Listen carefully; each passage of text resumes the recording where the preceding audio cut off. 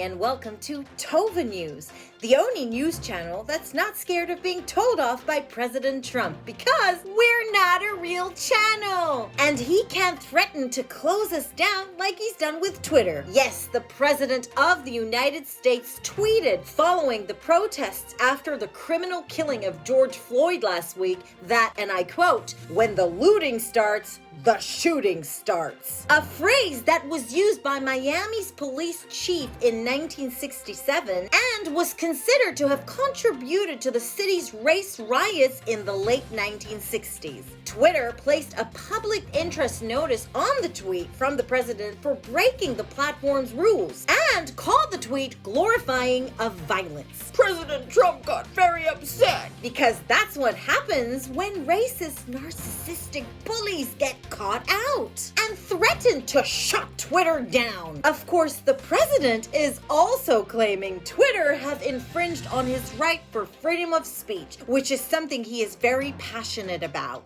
All right, yeah, get him the hell out of here, will you, please? That's really bad reporting. Throw him out! I say that you're a terrible reporter. That's what I say. That's enough. That's Mr. enough. President, That's enough. Next, please. That's enough. Put down the mic. And on behalf of everybody in the world, I would like to tell the president to shut the fuck up. And meanwhile, in the UK, the Prime Minister's top aide, Dominic Cummings, who traveled 260 miles from London to Durham to be near relatives during the lockdown while his wife had COVID-19 symptoms, has been backed by Boris Johnson, who said he believes Cummings acted within the social distancing guidelines. No idea how, but whatever. Nobody actually cares anymore. Politicians can say anything they want these days. A few days later, the restrictions in the UK were mysteriously loosened to allow things that thick, arrogant, selfish pricks with no willpower whatsoever were already doing. Sadly, this also means we're all heading towards a second lockdown, and I suggest we all start bulk buying toilet paper because you know what happened last time. And finally, a fact that has gone under the radar in this time of crisis is how countries led by women are doing far better than countries led by men. The reason no one is talking about this is because we are living in a misogynistic society and people don't like mentioning how awesome women are. No offense, but President Trump, for example, still thinks the whole thing was just made up and can't seem to decide if he's been tested positive or negative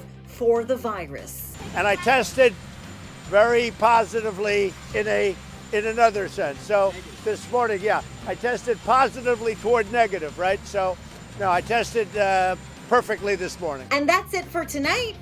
More to come.